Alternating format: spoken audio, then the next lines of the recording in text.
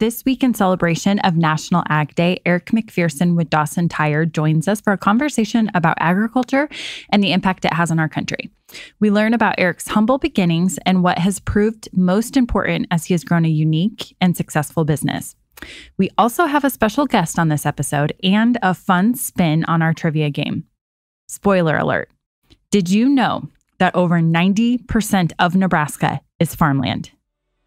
92% of our state, to be exact. I suppose common sense should tell you that. But if that little fun fact surprises you, don't feel bad because I was surprised too. Hi, I'm Danielle. And I'm Ty.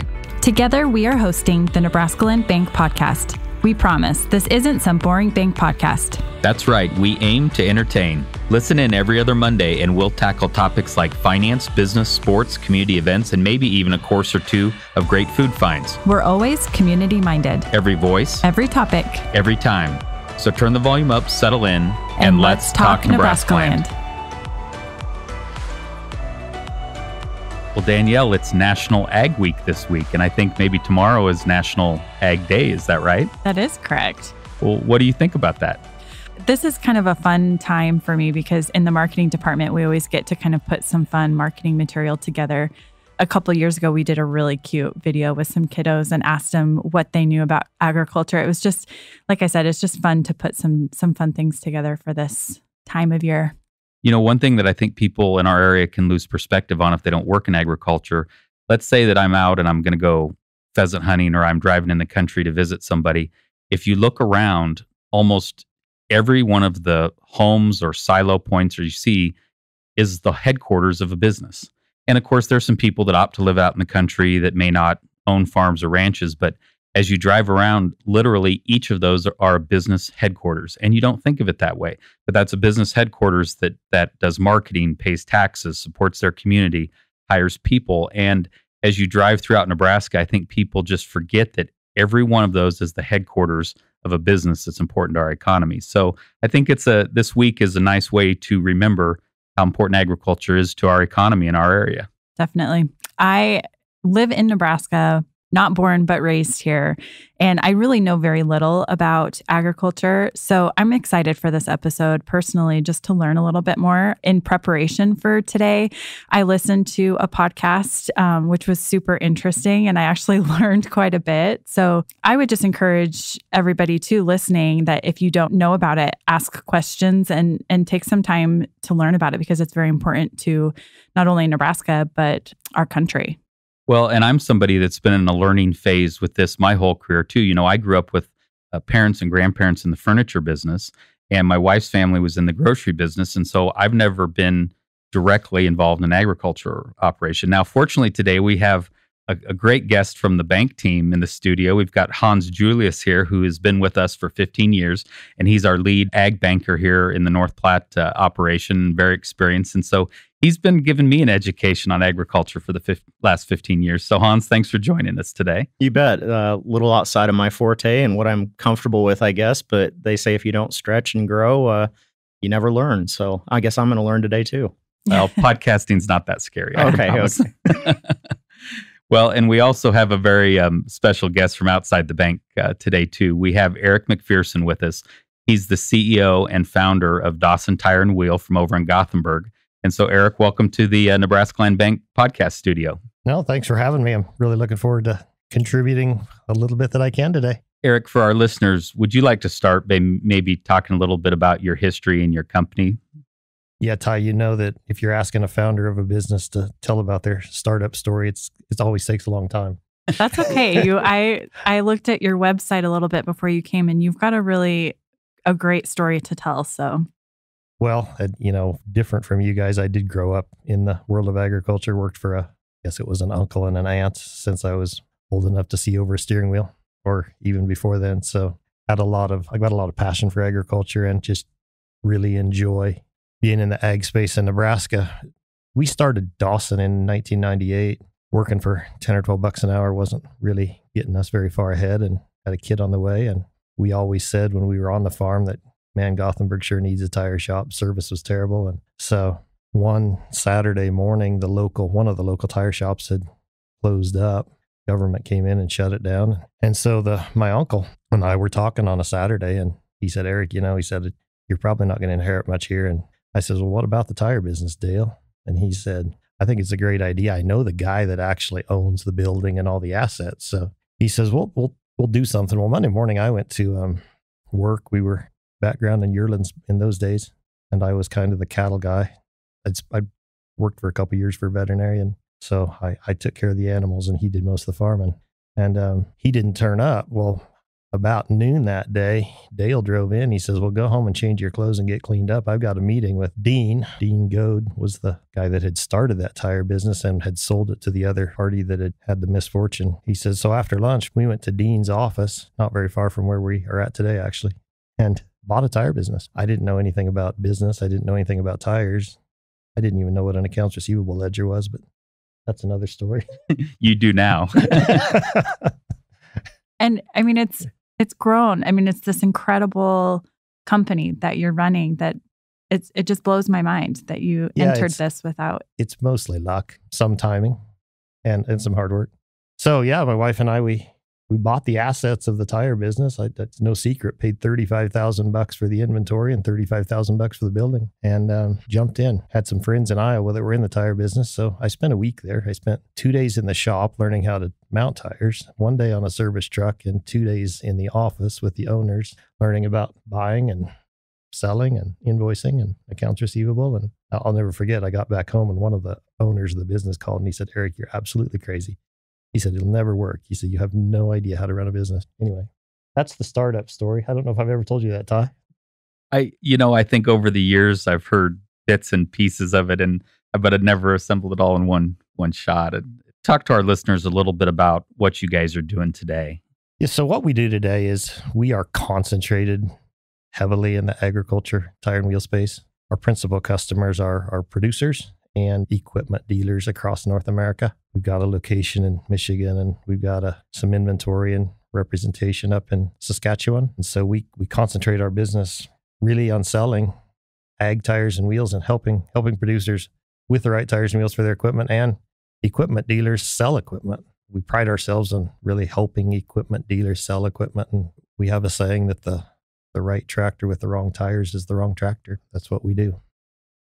What is your secret to success? I recently listened to a podcast that talked about one of the reasons businesses aren't valued where they should be or don't succeed is because the owners are too involved in the business. And I thought that was an interesting perspective. And so I'm just curious kind of how you've approached growing your business. I would say the initial secret to success is actually believing that there's smarter people than you are in the world and letting them be able to make decisions in a business. That's really what helped Dawson grow. From a business perspective, our secrets are, it's not a secret, we trade tires and wheels. So we're, to date, we have between $3 and $4 million of used tires and wheels in any given time. I don't know if that makes Ty nervous or not. No, because I know that you guys know what to do with them. So there might be a combine, a S670 on a lot in Western North Dakota, and a farmer comes in and wants to put duals on it because it's got singles. So the dealer will call us and we'll trade we'll ask him what he has, ask for some pictures, ask what he wants, and we'll package up the tires and wheels and axle extensions and ladder extensions and all that stuff. And then he'll ship us back the tires and wheels that are on there, and we try to catalog it and sell it back mostly to the farmers across North America. I think that's pretty special. There's other places I know that do some trading, but not to the extent that we do. And I don't know of any other tire business in North America that is specifically ag. In fact, I wouldn't know of any tire business in North America that is over 30% ag. That's all we do. I think we get good at it just because we've got your niche. We focus on it. But secret to business success, I don't know. I still think it's mostly luck. I love how on your website you talk about your deep faith in God. I know that that's a big part of your life. And did you feel that God led you to buy that tire shop kind of from the very beginning?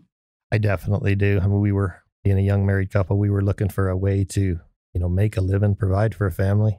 One of my goals, just a personal goal, was that if my wife didn't choose to work, I didn't want her to have to work to support the family. And that was really important to us. So I definitely feel that God led us, and to have a mentor, Dale, had a lot to do with raising me, and just to have a person like that in your life that just pushes you when you need pushed, because on my own accord, I would have never done it. And yeah, through the ups and downs, I am very grateful that I have faith and can get on my knees and ask for direction when I have no idea what to do, which often happens in business and in life. You think about the impact that this has had on Dawson County and the town of Gothenburg in particular. Eric, how many employees do you have there at the Gothenburg office today? And I think it'd be nice to comment. I mean, these aren't just basic minimum wage jobs. These are career type opportunities that people in your company have. Yeah, I wouldn't know the exact number, Ty. I think in the Gothenburg location, we're probably between 30 and 40 employees. I think we run between 45 and 50 across the country. And it's interesting you say that, because early on when we opened the little tire shop, it was a 30 by 50 building, and we did some service calls, and I was running the truck. I was doing most things, and we started hiring some people, and they were good people. And what I saw quickly was you couldn't pay them to get ahead with strictly a local business based on minimum wage ideas. So I think that was one of the spurs, probably about 2005. We said, well, let's go try something to grow the business so we can continue to pay these people. It's fascinating to take a employee that has been used to minimum wage, has a lot of potential, doesn't believe in themselves, but you believe in them, and they actually get ahead. They can maybe buy a little nicer house, or put their kids through college, or pay off some bad decisions in credit card debt, and you actually help them and become part of their life. And that's always got me up in the morning. But you've had some people move to Gothenburg to join you too. And I'm interested in hearing about, maybe a case or two or just in general of when you find somebody and you want them to move to Gothenburg to your company. What's that like? Sometimes challenging, because the small towns have some things they don't offer. So what we work on selling, if that's the right word, is just the quality of life. We can get up in the morning or late at night, go for a walk, and probably don't lock our doors as often as we should. And I love rural America. I have a passion for rural America and for business in rural America, because I think the quality of life is so much better, proven out 100 times over in 2020. Yeah, that's very true. That's very, very correct. I thanked the Lord many times for where I've lived the last 12 months. I think we all have. Eric, one of the things that kind of fascinates me about agriculture and what you do is, especially from the humble beginnings of Dawson Tire, I'm curious to hear your comment on watching the progression of technology in agriculture and kind of what you've gotten to witness and kind of your take on where we're going. That's very interesting to me too, because I often tell the story of 23 years this year, but just the progression of the equipment and technology plays into that. But I often tell our team that the biggest combine tire I worked on, front tire, when I started, is now the back tire. And it's been neat to watch the equipment grow, get faster, get bigger, get more capacity, and technology's played into that. I don't think the world understands how technologically advanced agriculture is. I think, and I have friends in the cities, and I like them. I like to visit them, and I like to come home. But I think there's this view of bib overalls and, still the stereotype of I chew on a stick of grass and wear a baseball cap. And I'm not saying that derogatorily at all. These people think that it's backwoods, but the amount of technology that a producer uses today to be successful, it would blow most people's minds, I think, in urban America. I wholeheartedly agree. I think it's going to be really interesting to see, as you have an aging generation of producers, the young ones are coming back and seeing opportunity, but the opportunity is because of the technology, and to have providers that help them get to where they want to go. So yeah, it's interesting to hear your perspective there on the tractor tires, because it's just, you kind of wonder what's next. Like, what's going to be the next thing that takes up? The next thing will be the autonomous. This will get into a debate, but I think the next thing is going to be the tractors with nobody in them, and probably 12 of them in a field run by one operator. Work smarter, not harder. Yeah. And the lack of labor force in the ag world, I think it's going to force it. Well, you mentioned earlier the passion, and I think there's a common tie you can get with a lot of ag producers is they're all passionate about what they do, and it takes a special breed of person to do that. So when you see success and success breeds success, when you have that passion, where, you know, what that leads me down to think about is, where do you drive your passion from? I mean, your faith is obviously big to you, but it sounds like you are more of a manager of people and a motivator. Where do you go for your inspiration to do that? It's an interesting question. I think I feed on past success. And I refer to luck, or maybe not, maybe God led me into it. But as I referred to before, the ability to see someone get ahead in their life, become a better person, become a contributor rather than a user of society. And that is my passion. To Hans's question about technology and evolution, how does that overlay into what you guys do? The world of agriculture tires is very staid and pedestrian and old-fashioned, actually.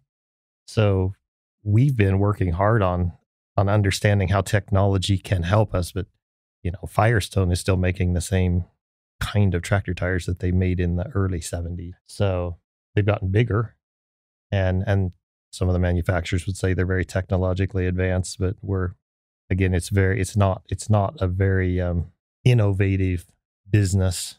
We actually released an app recently more around the value of tires and wheels.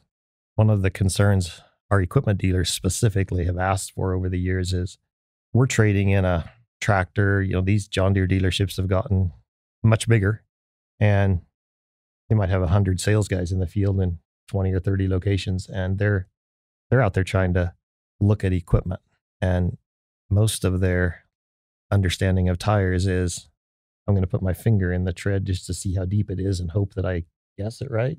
So we're actually working on aggregating data into an easy to use app so that they can actually measure tread depth and understand if a tire is 70%, and tie to give a little light to that. If you've got a 9R John Deere tractor today with 8, 7, 10, 70, 42 Michelin tires on it, and you're guessing on the tread depth, you can misvalue that piece of equipment $20,000 to $30,000. I find the topic of technology very interesting. And I think you're right when your comment about people don't necessarily connect agriculture or farming to technology, because I certainly did not. And the podcast that I listened to, that was kind of the basis of the podcast. And so it kind of opened my mind to how technology can transform so many different industries, and agriculture is no different.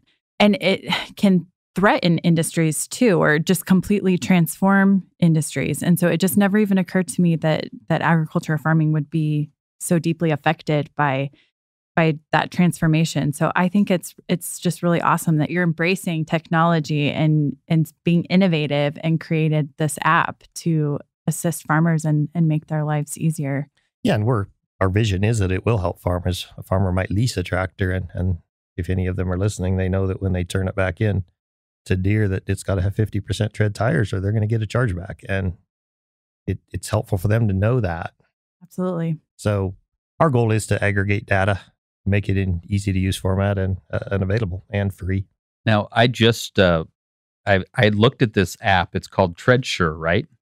And so I looked at TreadSure on Facebook a couple days ago, and I literally just went into the Apple store and uploaded this app in like 2 minutes. So again, that's TreadSure.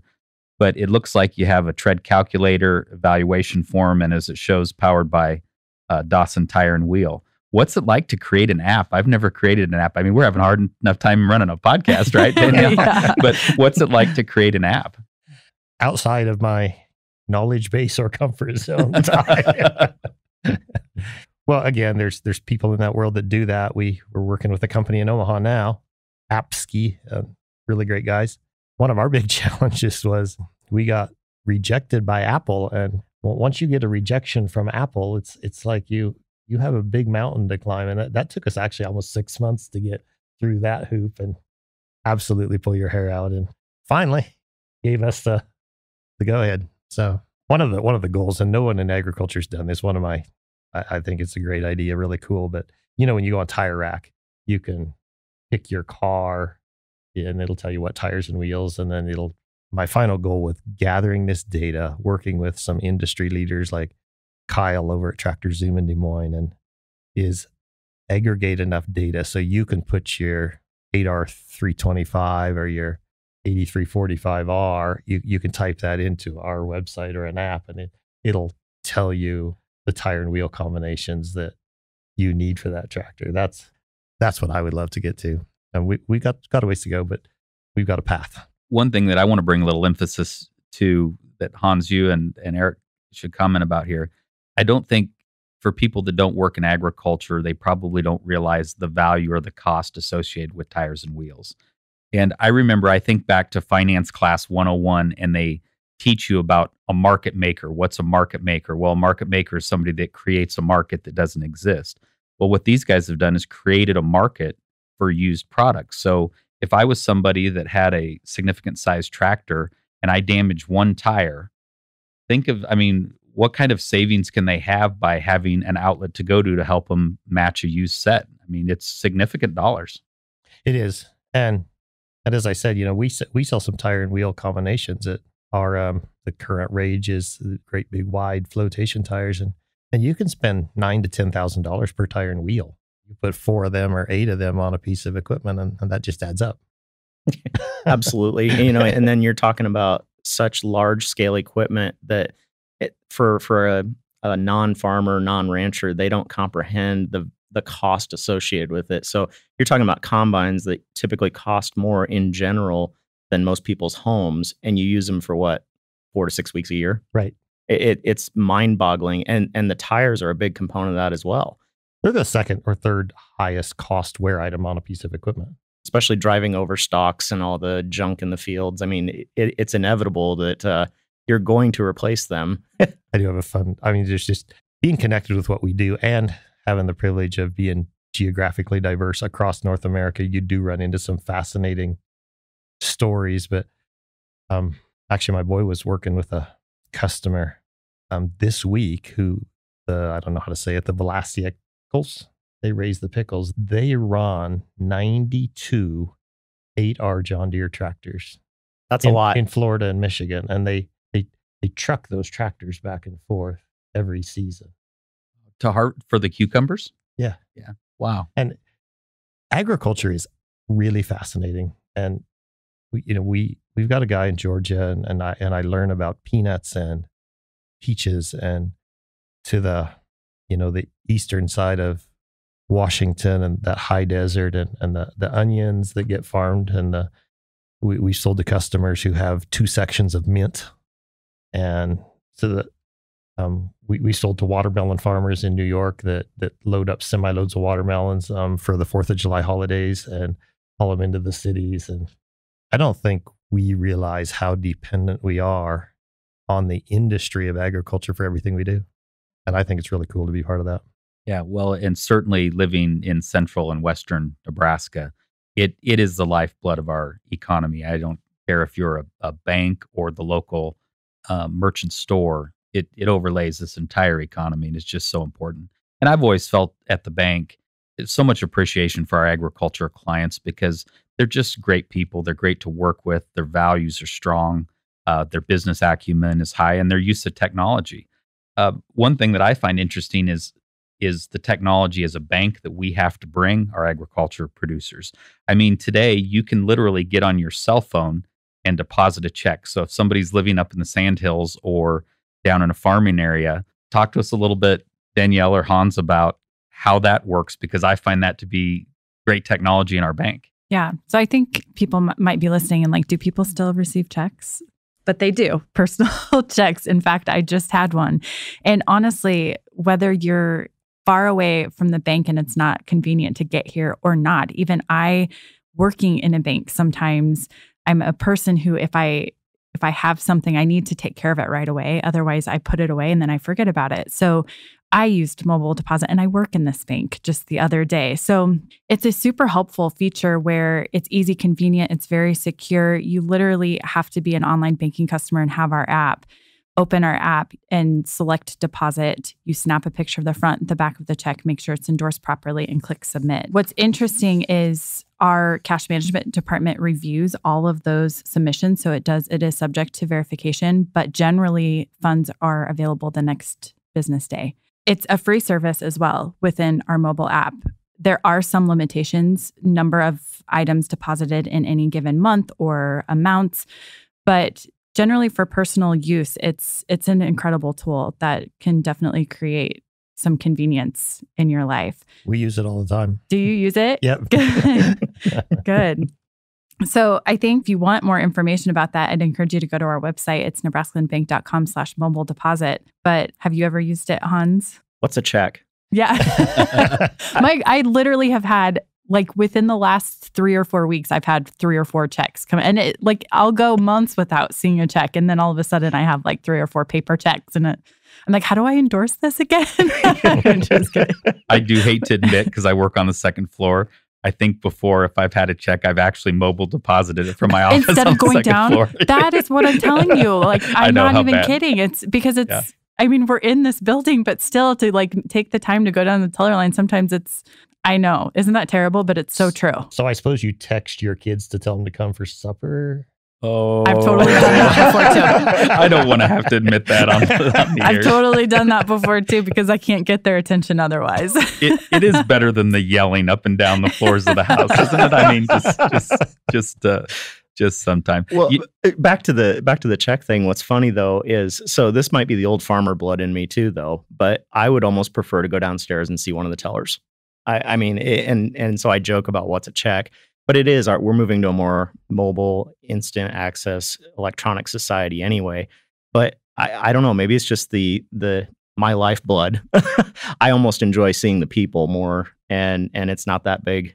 Obviously, it's not very often because checks are definitely a different item. But when you have those, the mobile deposit is a definite time saver. Mm-hmm. I think, too, with the new generation of kiddos growing up, like for my kid, it was like painful for him to come into the bank and talk to a teller and have to have face-to-face interaction. So I think it's going to become an even more important tool going forward. At the same time, those paper checks aren't super frequent, but we've still got grandparents and parents who are going to send those birthday gifts in the mail. Well, and I think the key to our business, and Eric and I have talked about this a lot over the years, is our customers tell us how they want to communicate, because that's how they want to communicate with us.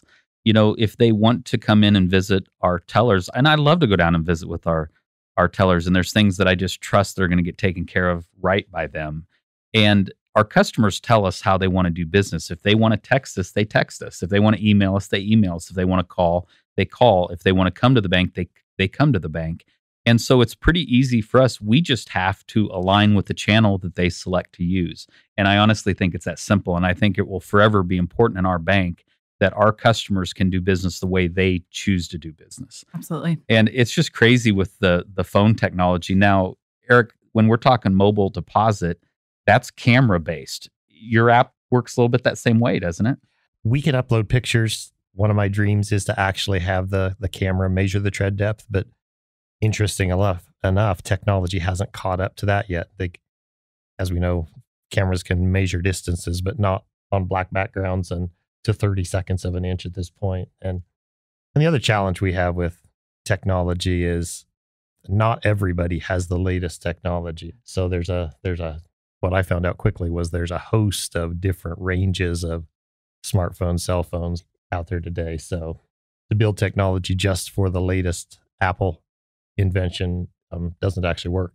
Well, before we go into our trivia segment, which was going to be a lot of fun today, I think, Eric, you certainly deserve for taking the time with us today to give a little commercial. So what customers are you looking for? What people can you serve? Do they work more through dealers, or do you work direct with farming and ranching operations? And how do they get a hold of you? No, we do definitely work directly with farming and ranching operations. The producers are the lifeblood of our business, and they're ultimately the end user of our products. So they can either go to their equipment dealer. We have deep relationships with them, or can reach out to us direct. Google DawsonTire.com or 888-604-3403 is our phone number. Give us a call. What I love about calling Dawson Tire in Nebraska in general is when you call that number, there's a person on the other end of that phone that answers it too, isn't there? There sure is. And there always will be, as long as I have anything to do with the decision making at Dawson. That'll be the case here at NebraskaLand Bank as well. Absolutely.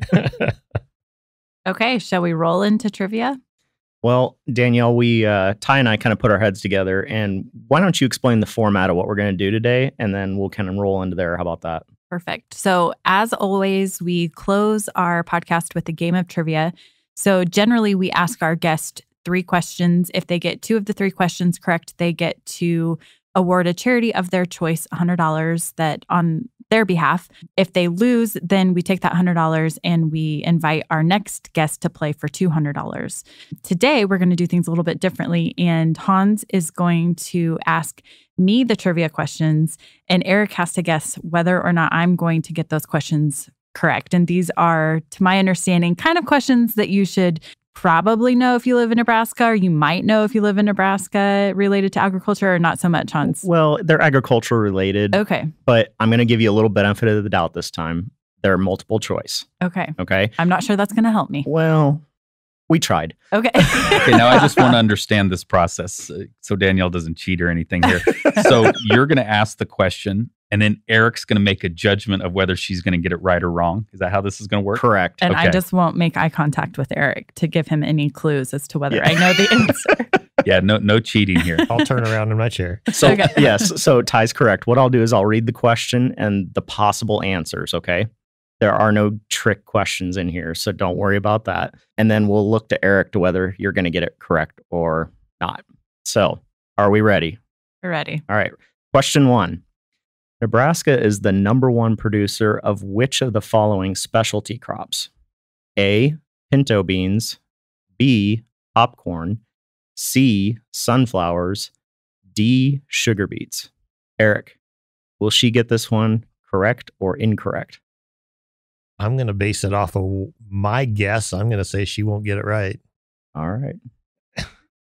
I'm going to go with, I'm going to feel so dumb, you guys. I feel like Ty's looking at me like, really, you don't know the answer to this? Eric bet against you, so somebody's going to win here. Either you're going to be right or he is. I'm going to go with popcorn, B. She's correct. Oh, wow. All right. Good work. Okay. So, question 2. How many stomach compartments does a cow have? Is it 1, 2, 4, or 6? Eric, is she going to get this correct? She better get that right. That's like what you learn when you're 5. You do? Yeah. All right. Here we go, Danielle. How many stomach compartments does a cow have? I don't remember learning this in school. I do remember through leadership in Lincoln County doing something with the cow. I don't know the answer. I'm going to guess and say 4. She's correct. It's 4 compartments. Okay, so she gets it right. Eric bet on her. So now we're going to come down to the final deciding This question. one Oh, this is matters. Does she get extra if she can name them? I would give bonus points for that. I cannot name them. That was a lucky guess. Hey, you're 2 for 2, and I'm kind of impressed. What is it? The rumen, the reticulum, the Oh, omasum, and the abdomasum? yeah, the rumen's the easy one because it's the biggest compartment. And that's the one. So leadership Lincoln When County, you put that's your the one you would hand have. in the cow, Yep. which is, I don't know how I feel port. about that. Well, it doesn't hurt them. It's Okay. It's all That's good. what you say. But Yep. have you ever had, I mean, can you really say that for sure? All right. So, question 3. Nebraska farms and ranches utilize what % of our state's total land area? Is it A, 30%, B, 41%, C, 67%, or D, 92%? Eric, is she going to get this one correct? She should, if she's drove around Nebraska. Okay. So, Danielle, same question. Nebraska farm and ranches utilize what % of the state's total land area? 30%, 41%, 67%, or 92%? I'm going to go with 67%. Danielle, I'm sorry. You are incorrect. It is 92% of No, our state. it's not. It is. I believe if you think about it, think about our metropolitan areas and how vast the areas outside of that are. Just drive north of here. It takes up a big chunk of our state. Okay. Gosh, Eric even kind of dropped you a little bit of a hint in his Well, that's why I was commentary. 67. It was more. It was a lot. Yeah, That's a bit. That's crazy. I didn't it's deceptive realize though. So I told it's part of why we kind of contrived this question is because we're like, all right, this one's going to be a little tricky unless you really kind of step back from it. So, well, there's some good news here, and that's that this is episode 6. And the first 5 people we've had have been scared to death they were going to be the first ones to lose at the trivia. So the good news is one of our own took the first bullet on the trivia. And in episode 7, we're going to have somebody playing for $200 to charity. Oh, no. So hey, yeah, it was a pretty good try. Darn, in my defense, I guess I don't travel a lot. I don't leave my little town of North Platte. So no, I spend some time on the interstate, but yeah, I guess 90, it's crazy. Well, we shared some knowledge with the people today. Yeah. So if it was National Marketing Week, then we would be here listening to you and having trouble with the trivia. So we all have our specialty. Well, Eric, we really appreciate you coming and spending some time with us today. And we just want to reiterate to the listeners that our bank loves working in agriculture. It's such a big part of what we do, and we welcome to grow our agricultural business here at Nebraska. Hans, thank you for joining us today too. Yeah, it was a neat experience. I appreciate you having me. No, thank you for including me. It was a lot of fun.